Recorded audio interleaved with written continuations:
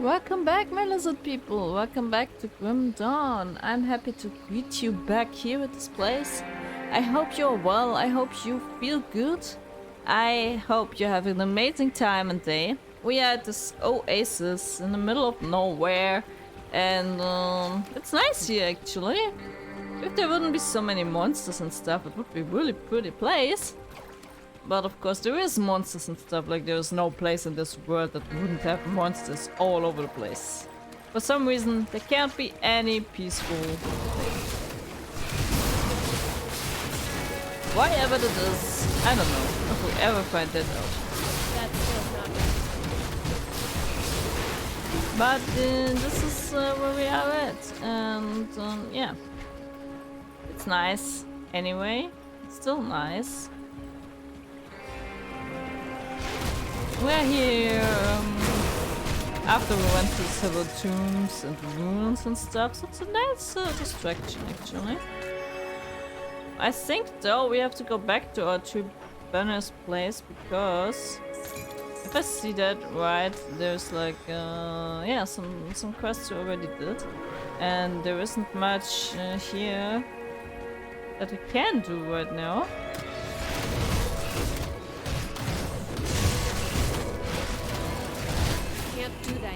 I mean, we can still fight through everything, but there's no quests right now here, because I think we did nearly everything we were supposed to do here.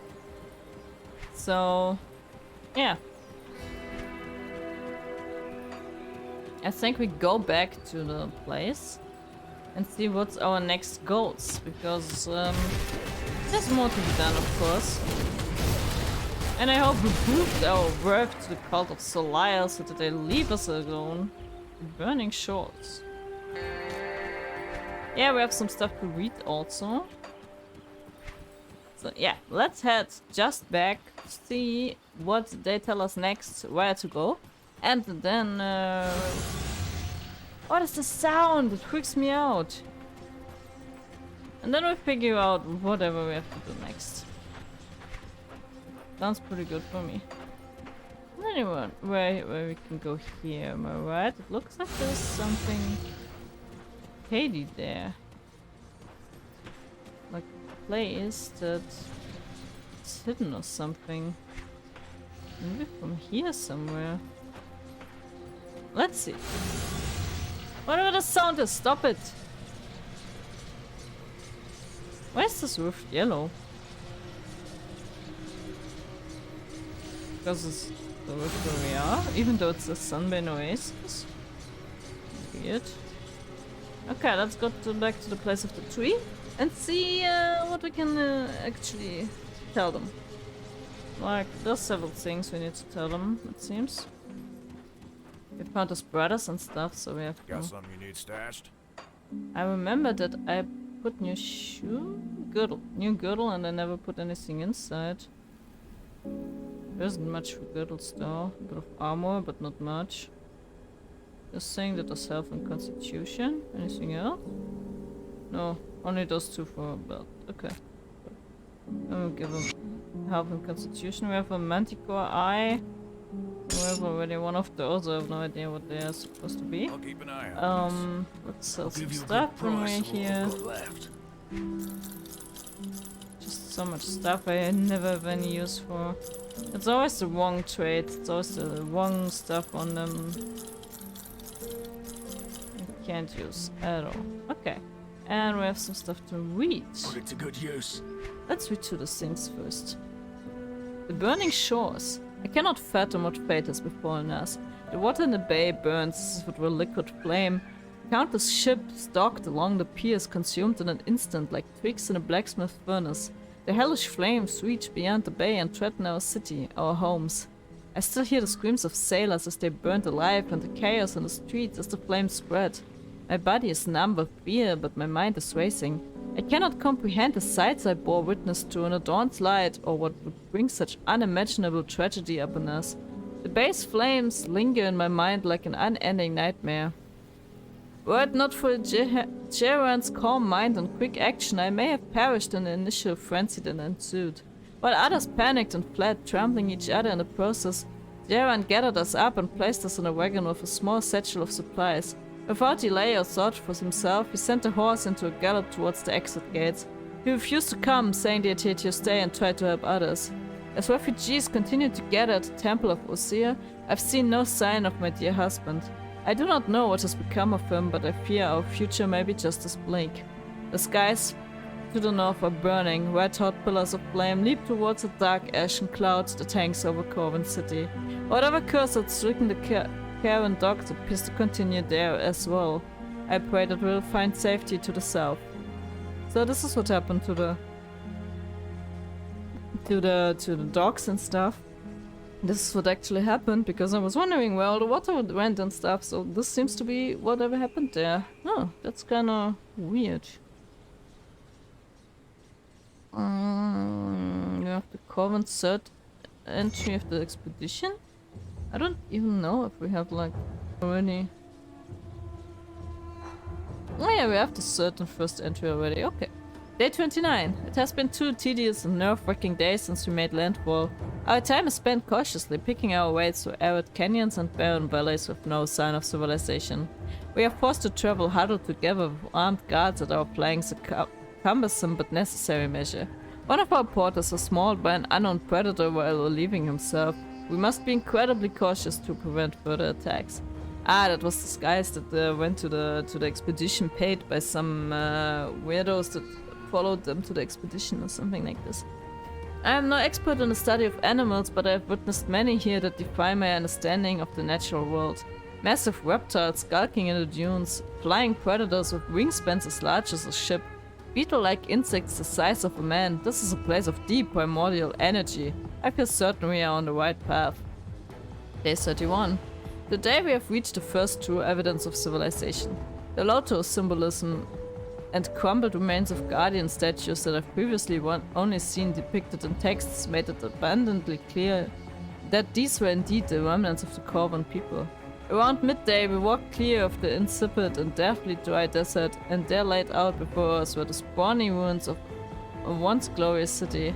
Beyond the sand-covered husks of buildings, I could make out the remnants of a massive port and the bones of ancient ships, now resting on the dry salt bed. There was no doubt about it, these were the Karen docks. The port connected Corvin City to the luxurious trade routes that brought power and riches untold to these shores. Beyond it, the now barren bay that served as its connection to the outside world. Our efforts are paying off. We are now on the path once trod by the Eldritch Sun himself.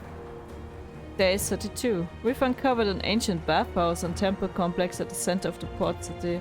Our accompaniment insisted on exploring the ruins and carefully cataloging every grain of sand that appeared unique to them.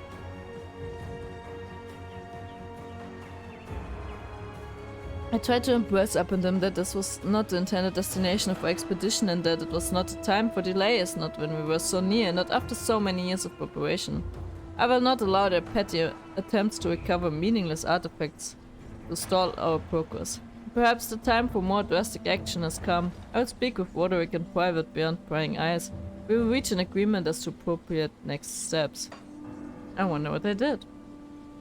Writings of Ryan the Scholar, first entry. I must admit, this place is truly a jewel in the desert. In my travels, I have been the farthest reaches of the world, seen and experienced much. Sadly, most sights did not live up to their own tales. This place, however, is a marvel that exceeds even the grandest of stories. Transcribing its beauty and grandeur may prove challenging even for me. I arrived via ship on the Karen docks late last night. My charter, a merchant vessel called Spire, packed to the gunwale with fine goods from distant shores. Its captain a stalwart and grizzled sailor whose dedication and leadership shone through in the motivation of his crew. Like a finely tuned machine, they deftly navigated the dangerous waters west of the Corvin River Delta. We first spotted the Grand Port while still at sea, miles before entering the river where it is located. The Chiron beacon shone brightly over the horizon. I do not know what magic powers that ubiquitous signal, but its intense light was vessels from the seas like moths to a flame. As we sailed upriver, the port began to reveal itself to us like an eager maiden. Countless warm yellow lights gently illuminated polished sandstone structures, some more than 5 stories tall. Beautiful crafted statues and fountains proudly stood watch over the gardens and public spaces that flowed through the Grand Bazaar. The port itself was a place of activity, containers hoisted to and from ships, dock workers and merchants closing deals and crews taking leave and baths and fine bottles. Mere moments after I set foot on solid ground for the first time in weeks, I was greeted by my local contact, a beautiful woman of middling age with an effortless and enticing gait further enhanced by the lovely gold embroidered gown that hung over her figure like a graceful waterfall. She guided me from the pier to the heart of the port city and my lodging for the night, which I politely offered to share with her. In advance she graciously denied. Not even this could dampen my mood, however, and albeit alone, I had the greatest night of sleep in my life. The bazaar gently rocked me to sleep with the melodic hum of its ceaselessly activity. This morning my path takes me north to the capital, Corvin City. I shall join a small caravan that travels there daily along the immaculate stone roads leading to the heart of the city. From the four cardinal directions I can see the path now as I sit and wait in the lovely garden bower just outside my lodging. Its stonework shines in the gentle morning sun. Immaculate golden-leafed braziers mark its boundaries as far as the eye can see. If the next leg of my journey rivals the first, it shall truly be experience of a lifetime. Writing of Ryan the Scholar, final entry. Sadly, my time here has come to an end, and I find myself back at the caravan docks, where I first embarked on this most magnificent journey. I met once again with my captivating local contact. Catrice is her name. I've learned, and as if this marvelous place were eager to grant me a parting gift, she agreed to share in my final night's lodging. Tomorrow I shall once again board the merchant ship Spire and depart for distant shores. My destination, Cape Irene and the untamed lands that lie beyond, there will be an attempt to make contact with the indigenous peoples and study their deep understanding of herbal medicine and insatiable penchant for human sacrifice. Wherever my travels take me, I shall certainly cherish my time here in the Corvin Basin. Seems to be a nice place. Okay, let's see. We have to speak to Sagon. And to the brother that was missing his brothers. There we go. Anorak, yeah, that's the brother. Hello again, traveler. Thank you for bringing my brothers back. What's left of them. I'm glad I could help. I have to be honest, this is all very strange. I don't really know how this is happening, this thing of the ghost. I suppose I don't really care. That thing, my brother, he's as much Enderon as he was when he was alive. I'm just glad to have him back. What is Enderon's ghost doing here? You are asking me? I have no idea. I've heard stories about people raising the dead or summoning ancient spirits, but I've never heard of anything like this before. When he first arrived, I thought the witches were playing some sort of cool joke, but then Aura just started in like nothing had happened. Watching the two of them argue with each other like they did before he died is odd to say at least. I bet it is. Hello again, traveler. What's next for the three of you? The two of them are talking about going back to work. Arwald seems to think we can use Enderon's new situation to our benefit. It certainly will make getting in and out of those old rat holes easier. Nika is eager to get us back out there, digging through the tombs, and I can't say no to that woman, but it's just doesn't seem right. Honestly, the whole thing doesn't seem right. Okay, good luck. Thanks for the help back there. I've gotta be honest, I might be getting used to this whole ghost thing. Arwald seems to think it'll be good for business, but what with me being able to just walk into whatever place I feel like? Benefits of being a ghost, I suppose. Anyway, thanks for the help. It's good to be back with my brothers. Even though you're dead? Well, I still don't feel very dead. I guess that's the funny thing about being a ghost. It don't much matter if you're dead or not, does it? I mean, who knows? Maybe now I'm invincible or something. In any case, I'm sure Anorak will have me back to work in no time. Working on what? Well, Anorak don't like us talking about it. I suppose he thinks people will come after us if they know. But we have a good life here, digging up old junk from the tombs and temples around here. Especially since the slot showed up. They can't seem to get enough of that stuff. That Nika over there at the Bismir camp, she's paid us a small fortune to keep mum about the little deal we've got here with her, so that some artifacts go missing on her behalf. I suppose I've said too much, haven't I? Don't go tell Anorak with them talking, okay? Okay. Hey, thanks for the help back there. I don't think I would have made it without your portal thing. What about your brother? What, anyone? He's fine. He's dead? No, technically he's undead. I mean, he's not wrong, that is pretty smart. I'll admit it's strange and I'm not sure what you call it, but he's never been better as far as I can tell. He's about as smart as a box of rocks, so I'm not sure it matters to him if he's a ghost or not. At least we're all together again. Interesting. That's pretty interesting actually. I don't really know what to say about this. Oh. Greetings, Seeker. Word around the camp is that you'll be traveling out past the gates. If so, I have a bit of a situation that you could help me with. Sure, what is it? It's about my apprentice Cannon, or more specifically the singer I sent Cannon to retrieve. You lost your apprentice, really? Yes, well, good help is remarkably hard to come by and I'm on a condition to be trolling out past his walls. In any case, yes, he is lost. I sent him to the Valley of the Chosen in search of a unique text, the Tome of Eanatum. It was a simple enough task that he should have handled readily and quickly. That was more than 2 days ago. I spoke to the Sentinels this morning and they say Cannon had been spotted heading back through the Sunbane Oasis east of the Karen Docks to the north yesterday. If he was returning, it must mean that he found it. I now suspect the worst, that he made off with my tome. Apprentices are like flies, but the tome is one of a kind. I need it recovered. If you're headed out that way, find the Tome of Eanatum. Take it from Cannon's incompetent grasp if you must. His life is secondary to its recovery. For a touch of motivation, you should know the contents of that tome may greatly benefit us both. Okay, then I guess we're going to look for it at some point. Anything else here that I missed out on? Any other quests or something? I like quests, but they're kinda hidden here. What can I help you with? What are you doing here? I'm not certain why I've been called to this place. I just arrived, much like yourself. But I can tell you this is a gathering unlike any I've seen before. Why is that?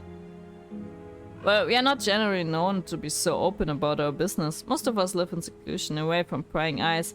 I hadn't seen another seeker of truth in months, but here we are, out in the open with the unmarked wandering around our camp. No offense intended. I suppose it speaks to the importance of what's happening here. What is happening here?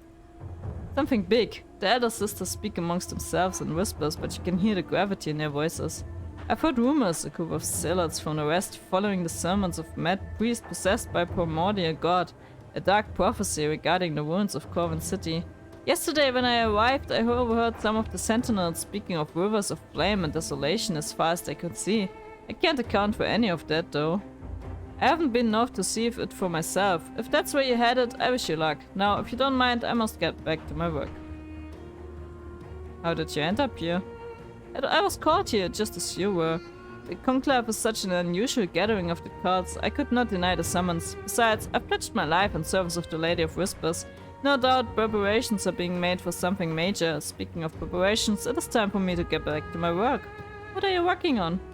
Yes, my work. I study all manner of beasts in the interest of gathering new servants of Bismuth's sacred web. There's a large number of unique specimens in this area.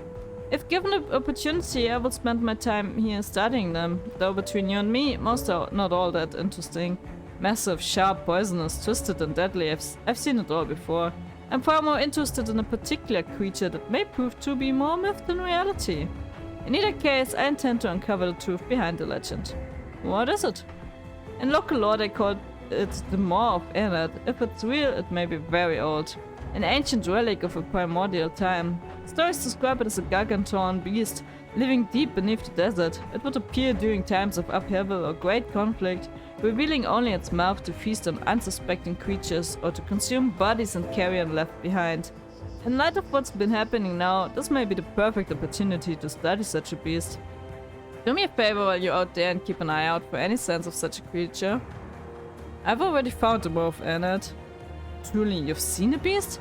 How big was it? What did it look like? Oh, this is very exciting indeed. Where is it? I must see the beast for myself. Just east of the Corvin Sands. Okay. Cool. Praise the tree. This may be the discovery of the lifetime. The creature must be studied before it vanishes again beneath the sands. I will depart immediately. You have done me a great service. Perhaps I will mention your contribution in my writings on the beast. That would be nice. I guess. Maybe. Not so sure. Ah, that's the conclave of the tree. I'm supposed to go to the vanguard of the tree. That's the vanguard of the tree. That's the conclave. Ah, that's the vanguard of the tree. That's after the oasis. So basically, this wasn't where we were supposed to go. Sorry for wasting your time, friends. There was another star thingy? Yeah, that's the guy with Let's the... see what I Oh, can do not sure. here. That's the guy with the missing... Perfectly safe guy. illusions Yeah, for a okay. price. I see. Ooh, those look cool. Anything else that looks cool? No. Those actually do look kinda cool. Anything else that looks pretty cool? Anything new maybe? Nah, not that cool at all.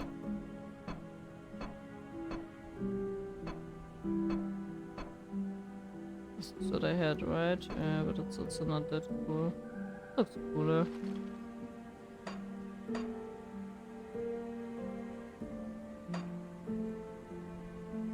This is, I think, pretty much the coolest I can get. Yeah.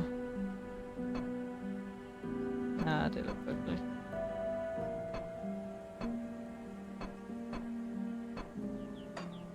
Bunch of cool shoes with cool effects. Okay. So, yeah, I think we're already again at the end of the episode. It was just a lot of talking, and I really like these brothers. They are just, I don't know, so practical about it. Hey, I'm dead. Okay, it doesn't matter. So, ghost or not, we just go on working on our stuff. That's pretty cool, actually, to be ghost. I think if you have, like, not the feeling of that anything changed and you're kind of invincible and stuff, that's pretty cool, I think. Like, in my opinion, could be worse. So, for today, I want to thank you for watching. Leaving a like or a subscription would be highly recommended, of course.